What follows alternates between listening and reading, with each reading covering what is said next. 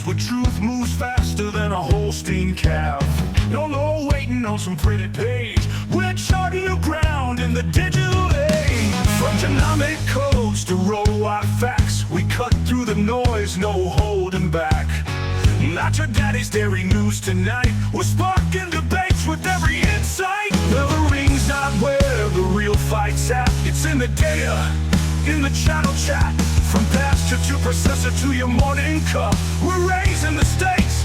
Try and get ahead of herd. Yeah!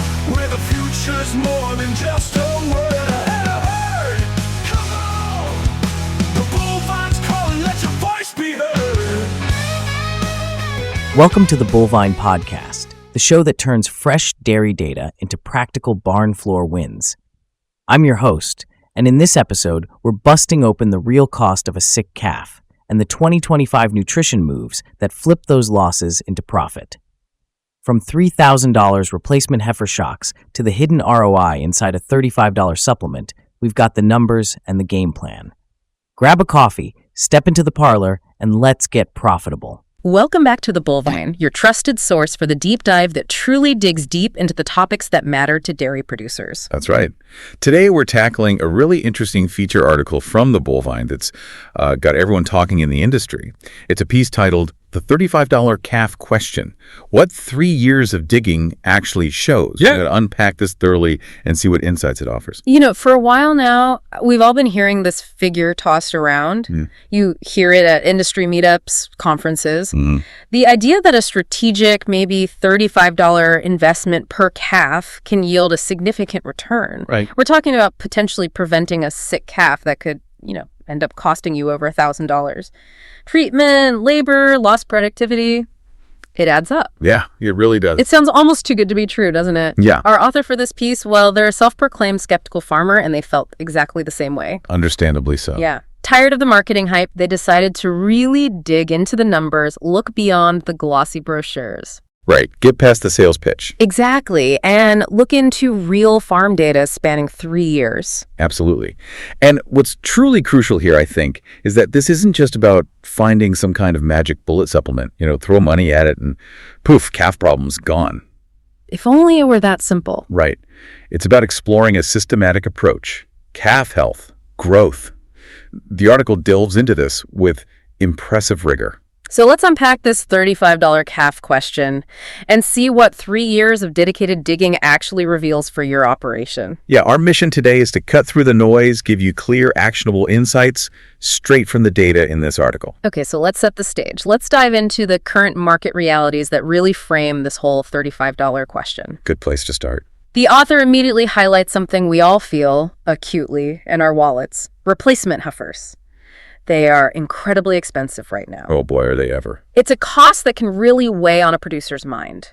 What are the latest numbers looking like, and how do they underscore the importance of this discussion? Well, one of the most striking things the article points out is just the sheer scale of that cost. Right. The USDA AMS National Weekly Replacement Dairy Cattle Report, this was from July 15th, 2025. It put bred heifers at an eye-watering $3,010 per head. $3,000. Wow. And no, that's not a typo. When you really think about that number, it profoundly underscores the immense financial blow. I mean, losing a calf or having one fail to thrive, Yeah.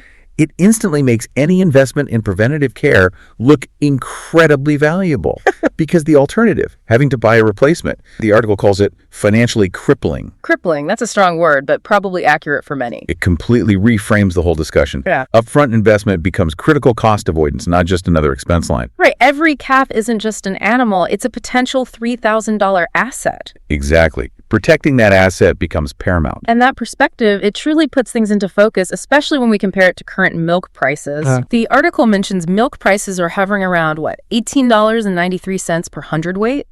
That was August 2025 USDA NAS. Yeah, around there. While not terrible, the author very candidly states there's no fat in these margins anymore. That's putting it bluntly. For a producer on the ground, what does that blunt assessment really mean when you're trying to navigate these soaring costs and, regulatory changes? It means exactly what it sounds like. Yeah. I mean, in the most direct sense possible. There's just no wiggle room. No cushion. Zero financial cushion for error or unexpected expenses. Think about it. A bred heifer costs over $3,000. Your milk check is okay, but not huge profit margins. Right.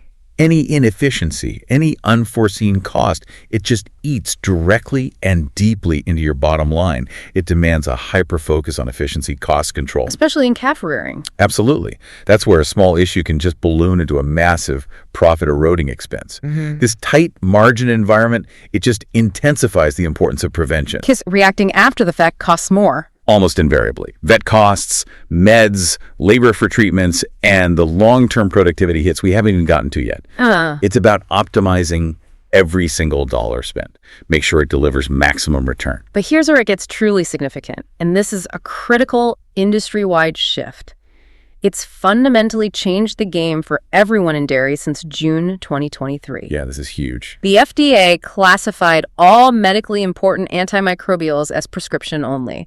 This isn't just a minor tweak, is it? It's a whole new ball game. It really brings up a pivotal question. What does this mean for our traditional management strategies, especially calf health? Right. You're absolutely right. It's far from minor. It's a seismic shift. It demands a complete reevaluation of how we manage disease prevention and treatment. So no more just reaching for antibiotics easily. Exactly. The article perfectly puts it. The days of metaphylactic treatments as a management crutch, they're effectively over. And just to clarify, metaphylactic is treating the whole group before they show symptoms, right? Right. Based on risk. Correct. Treating a group preemptively because you anticipate exposure or stress. That easy, broad brush, reactive approach, where we can maybe just treat problems away. It's gone. This regulatory change inherently forces a much more proactive, strategic approach to calf health. No more reactive. You have to prevent it. Every producer must now prioritize prevention, robust health protocols, optimizing immunity. That old safety net of readily available antimicrobials, it's been significantly tightened. Which pushes us towards these preventative strategies. It makes an upfront investment, like this potential $35 program, not just a good idea, but increasingly, a necessity for maintaining calf health and, crucially, profitability in this new landscape. It's about building resilience from the inside out. That's a great way to put it. So connecting this to the big picture, this new regulatory environment, it drastically changes the economics of sickness prevention. Totally. It positions those upfront investments in calf health in a completely different light. It's not just about potentially saving a bit of money anymore. No, it's about navigating a future where the old ways just aren't viable or economically prudent. It's about future-proofing your operation. Precisely. This regulatory shift elevates the discussion from, an optional expense to an integral part of risk management. Because the penalty for getting it wrong is higher now. Exponentially higher. Without easy access to broad-spectrum antimicrobials, the cost of a sick calf, or worse, a herd outbreak, it skyrockets. Labor costs alone. Oh yeah. Daily treatments, potential chronic issues, the direct loss if an animal dies. Therefore, any investment that reduces disease incidence strengthens natural defenses. Like colostrum-targeted nutrition. Exactly. It becomes a highly strategic move. Build resilience from the ground up, rather than relying on treatments as your main defense after the fact. It forces a fundamental rethink of calf care. Proactive intervention is key. So with those market realities and regulatory shifts in mind, let's dive into the science. The article points to some foundational research that still holds significant weight. Yeah, some classic stuff. What did that Cornell work from Soberon and Van Amberg back in 2013 find? And why is it still so relevant today for every dairy producer listening? The Cornell study. It really is a cornerstone of modern calf rearing science. Its findings remain profoundly relevant even over a decade later. So what was the big takeaway? What they uncovered was quite compelling. It's widely cited. For every kilogram of extra pre-weaning average, daily gain ADG, weight gain per day before weaning, right, you could expect an impressive 1,000 kilograms more milk in that animal's first lactation. Wow, 1,000 kilos more milk just from better early growth. Yep. And it's not just correlation. Research consistently shows optimizing pre-weaning growth directly influences mammary gland tissue development. You're basically programming that animal for future productivity. Exactly. It provides a clear, tangible, powerful economic incentive to maximize calf growth during that critical early window. It's a foundational science. That sounds like an absolute dream scenario. What you do early on has such a profound impact later. It does. However, the author adds that really important caveat. This was controlled university research. And, quote, your mileage will definitely vary on your own farm.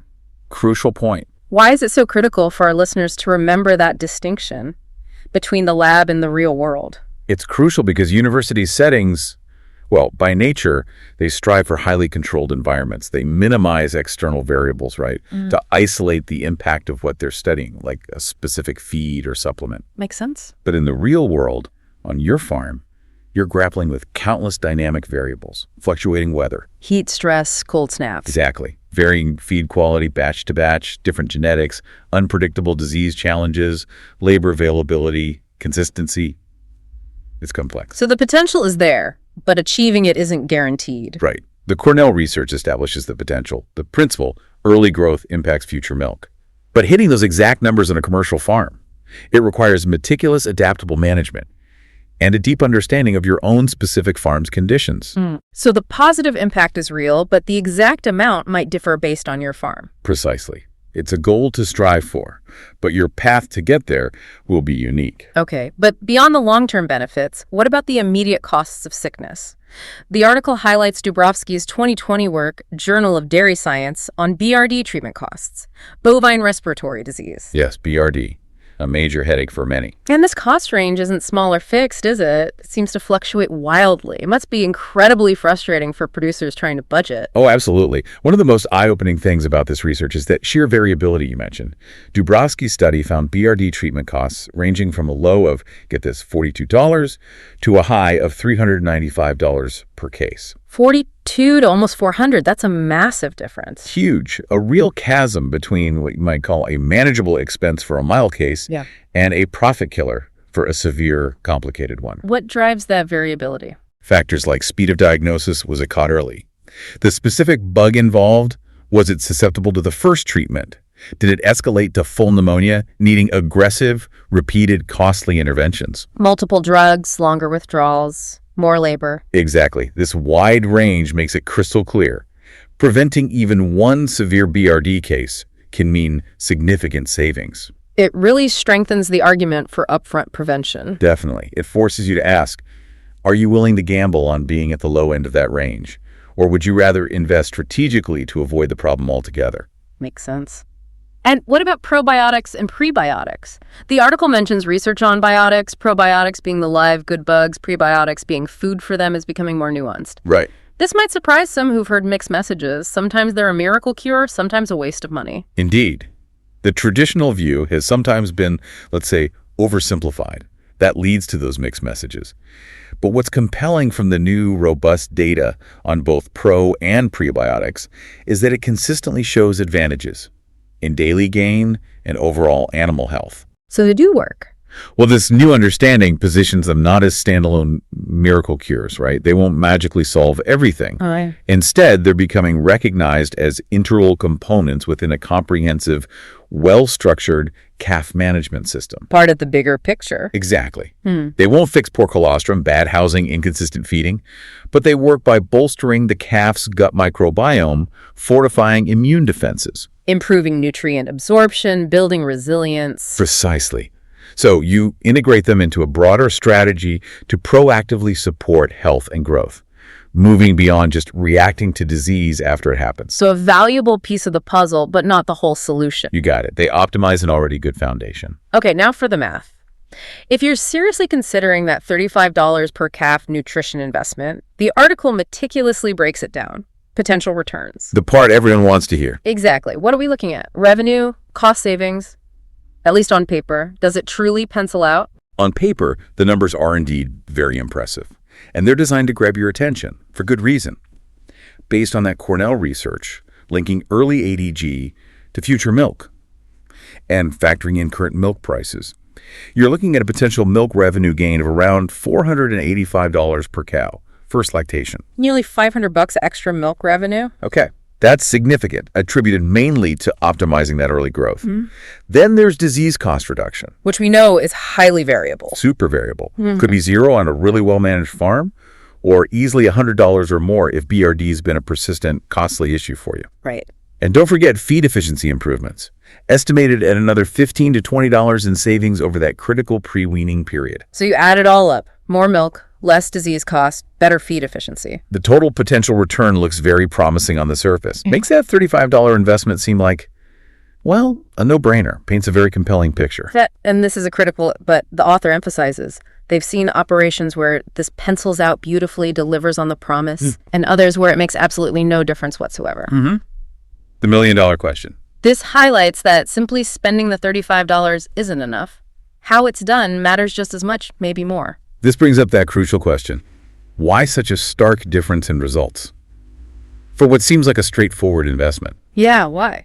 It's the critical distinction between just throwing money at a problem hoping it goes away versus strategically investing in a solution that's integrated into a well-managed system. Ah, the system again. The operation's reporting great returns. They aren't just buying a product, they're integrating it into a comprehensive, holistic system of calf care.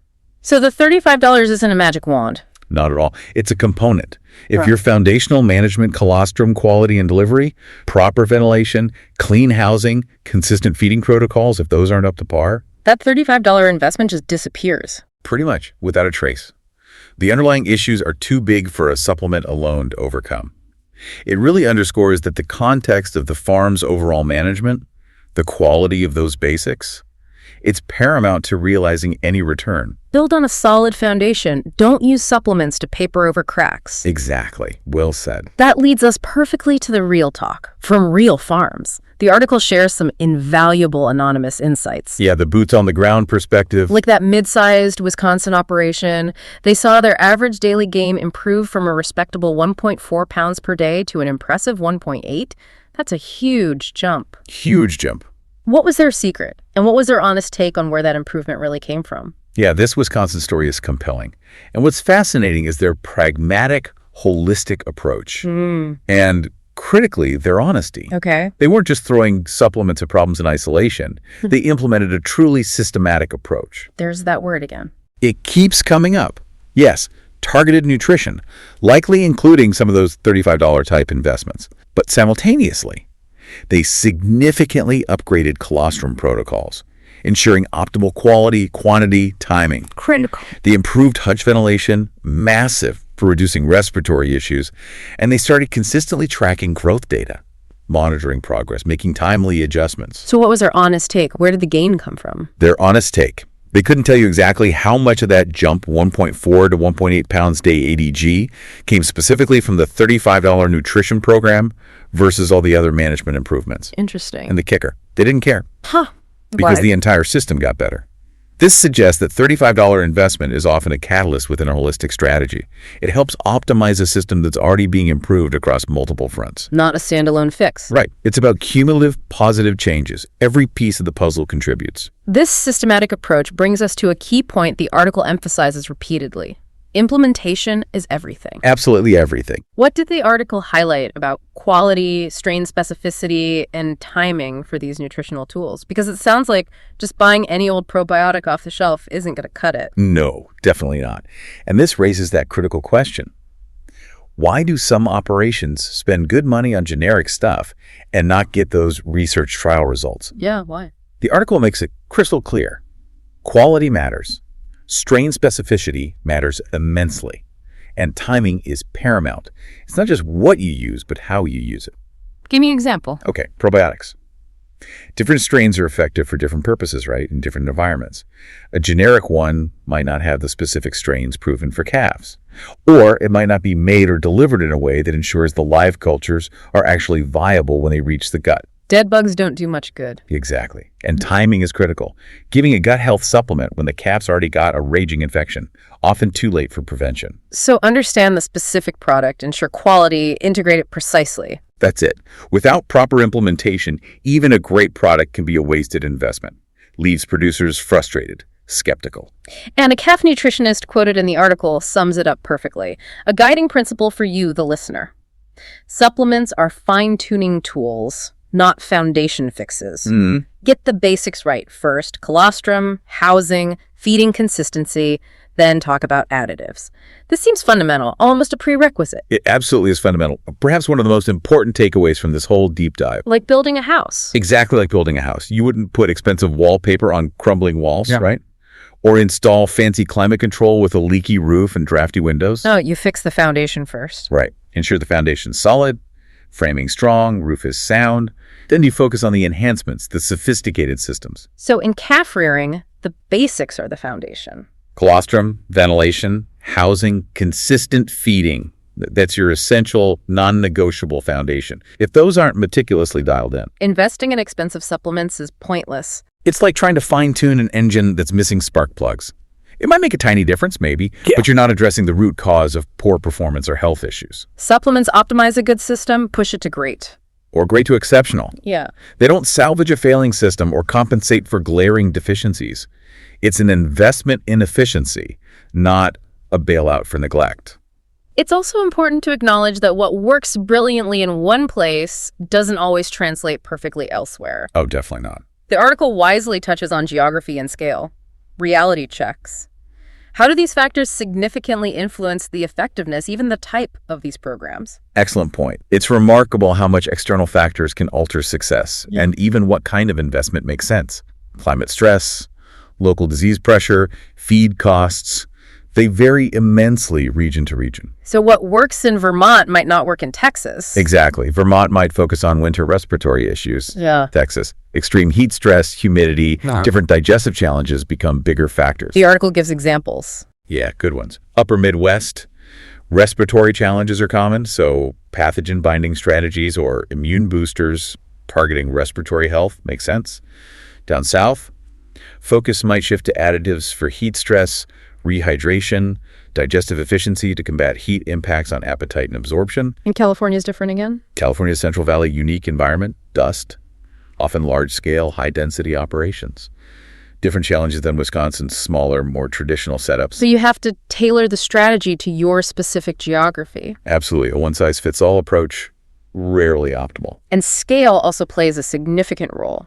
The 1,000-cow dairies versus the sub-300 ones. Fundamentally different realities and resources. How does that impact their approach to this $35 investment? Scale absolutely matters. It dictates feasibility and implementation. Fewer than 300 cows often means different economics, labor constraints, logistics. Compared to the big guys. Right. The larger operations, they often have the capital for automated feeding systems. That allows for incredibly precise, consistent delivery of nutrition and supplements. Plus, sophisticated monitoring. So they can maximize the return better. Potentially, yes, because you ensure the product is delivered exactly as intended every time. Smaller operations might need simpler, robust, highly effective protocols without huge tech investments. Simpler daily doses, maybe fewer interventions, but high-impact ones. Exactly. Find what fits your operation's size, labor, infrastructure, and ability to execute consistently. A blanket recommendation just doesn't work. Finally, the article courageously presents some uncomfortable truths. Yeah, the tough love section. The candid realities farmers need to confront when evaluating these programs. What are these hard-hitting insights? Well, one of the most impactful parts is this brutal honesty. Every farmer needs to assess this critically, maybe with their vet or nutritionist. First, uncomfortable truth. Some farms simply should not be spending extra on calf nutrition supplements if their fundamental management is lacking. Harsh, but necessary. Absolutely. If your calf mortality is consistently high due to basic, glaring issues, poor colostrum, drafty or unsanitary housing, bad ventilation leading to constant respiratory problems. Supplements won't fix that? Nope. You'd be treating symptoms, not causes. That $35, far, far better invested in fixing those core foundational practices first. Like pouring premium fuel in an engine with a cracked block. Perfect analogy. Won't make it run better, just wasting resources. Fix the fundamentals first, always. And this brings up another equally important, uncomfortable truth. Okay. Not every calf responds the same way. Expecting uniform results across the whole herd, it's unrealistic. Right. That's critical expectation management for you, the listener. Totally. Genetics matter hugely. Some calves are just predisposed to better growth or health. Birth weight matters. Health status at birth is paramount. So a weak calf at birth might not show the same gains. Even with the best program, maybe not the same dramatic results as a vigorous calf that hits the ground running. Yeah. So you optimize for the herd average, aim for overall improvement. But accept some variability. Right. Understand that variability, manage frustration, appreciate the overall positive impact, even if some individuals lag. It's about collective improvement. So after all that incredibly detailed analysis, those candid realities, What's the key takeaway for a farmer listening today? Yeah, let's bring it home. The article gives a clear Monday morning action list, crucial bottom lines we can all use. Where should listeners focus their efforts to really get the most out of their calf program now? Great question. This isn't just theory. It's practical application you can start tomorrow morning. First and foremost, track those calf weights religiously. Why is that number one? Because calves gaining 1.8 pounds or more daily before weaning are demonstrably set up for that extra 1,100 pounds of milk, first lactation. Which translates to About $500 more revenue per cow at today's prices. NAHMS benchmark data clearly shows hitting 1.5 to 1.8 pounds a day, ADG, separates the good from the mediocre. if you're not tracking, you're guessing. And potentially leaving significant money on the table. Invest in scales, invest in consistency, measure it. That measurable data is crucial. Okay, what's number 2 on the action list? Second, get smart about your disease costs. And not just meds, everything involved. Document everything. Document every single BRD case or other major illness. Associated costs, antibiotic price, yes, but also syringes, needles, labor hours, pulling and treating, potential future productivity impact, cost of disposal if you lose one. You can't improve what you don't measure. Exactly. The article highlights strategic colostrum and targeted supplements done right can cut treatment bills in half. Half. That's huge. Think what that means. Money saved, yes, but also precious labor hours. Less time treating sick calves equals more time on profitable work, or maybe just more rest. That time saving is huge, especially now. What about feed efficiency? Absolutely. Third, actively seek to boost feed efficiency. The article points to proven tools like specific probiotics, MOS, those mannan oligosaccharides that bind bad bacteria. Right. These can lead to a 10% improvement in feed efficiency. What's that mean in dollars? Over $180 in savings per calf during that critical pre-weaning phase. $180 saved per calf just from better feed use. Stays right in your pocket, helping calves extract more nutrients, less waste, better use of costly inputs, optimize every bite. And in this market, with those crazy replacement costs. Which brings us to number 4. Every calf you save matters more now than ever before. That $3,010 heifer costs again. Precisely. Plus scarce, expensive labor. Preventing death loss isn't just good animal care anymore, though that's always paramount. It's smart economics, business survival. A dead calf is a massive financial drain. Huge drain. Lost animal, setback to future herd productivity, direct loss of a revenue stream 2 years in the making. Preventing that loss is a direct investment in your farm's financial future. And finally, number 5. You simply have to adapt to the new reality. The FDA restrictions, labor costs. Those FDA antibiotic rules, soaring labor, tight margins, proactive nutrition, and robust health programs aren't just nice-to-haves anymore. They're survival tools. The article makes it abundantly clear. They're survival tools for 2025 and beyond. The landscape has fundamentally changed. Successful operations will strategically invest in prevention, build resilience from the ground up. Not rely on reactive treatments that are harder to access and more expensive now. Exactly. Build a robust system that thrives despite these new challenges. So the ultimate bottom line here for every producer listening, it's strategic. Is there a $35 advantage? Well, Yes. On some farms, absolutely. The data shows incredible returns are possible. But on others, that money might actually generate better returns fixing basic management first. honest assessment is key. Absolutely. An honest, self-critical assessment of where your operation truly stands. If you're already consistently hitting 1.8 plus pounds of ADG, minimal health issues, excellent foundational care, frankly, nutrition supplements probably aren't your highest priority right now. Focus elsewhere first. Maybe fix labor efficiency, improve breeding, optimize feed bunk management, but, and this is crucial if you're struggling, consistently dealing with respiratory disease, calves showing poor growth below benchmarks. The targeted nutrition can pay off. Can pay off, but only if implemented as part of systematic improvement, not a standalone magic bullet. Never a magic bullet. The real value isn't in any specific $35 supplement itself. It's in the time you take to objectively analyze your farm's data, understand your unique challenges, and figure out exactly what your calves truly need to thrive. That's what separates the operations thriving in 2025. From those that will struggle. This isn't just feel-good farming, it's dollars and cents strategy. Backed by science, real-world data. Your calves are either a calculated strategic investment, Or they're an unmanaged recurring expense. Which camp are you in? powerful final thoughts. Yeah. And that's probably all the time we have for today's deep dive. For more articles, in-depth analyses, crucial insights like these, be sure to visit www.thebulvine.com. And don't forget to subscribe and follow us wherever you get your deep dives. We appreciate you tuning in. Thanks for listening. That's a wrap for today's Bullvine podcast. If these insights helped sharpen your calf game, share the episode with a neighbor down the road and keep the conversation moving. Remember, the calves you supercharge today are the milk checks you'll bank tomorrow. Thanks for listening, and until next time, keep those calves thriving and your margins rising.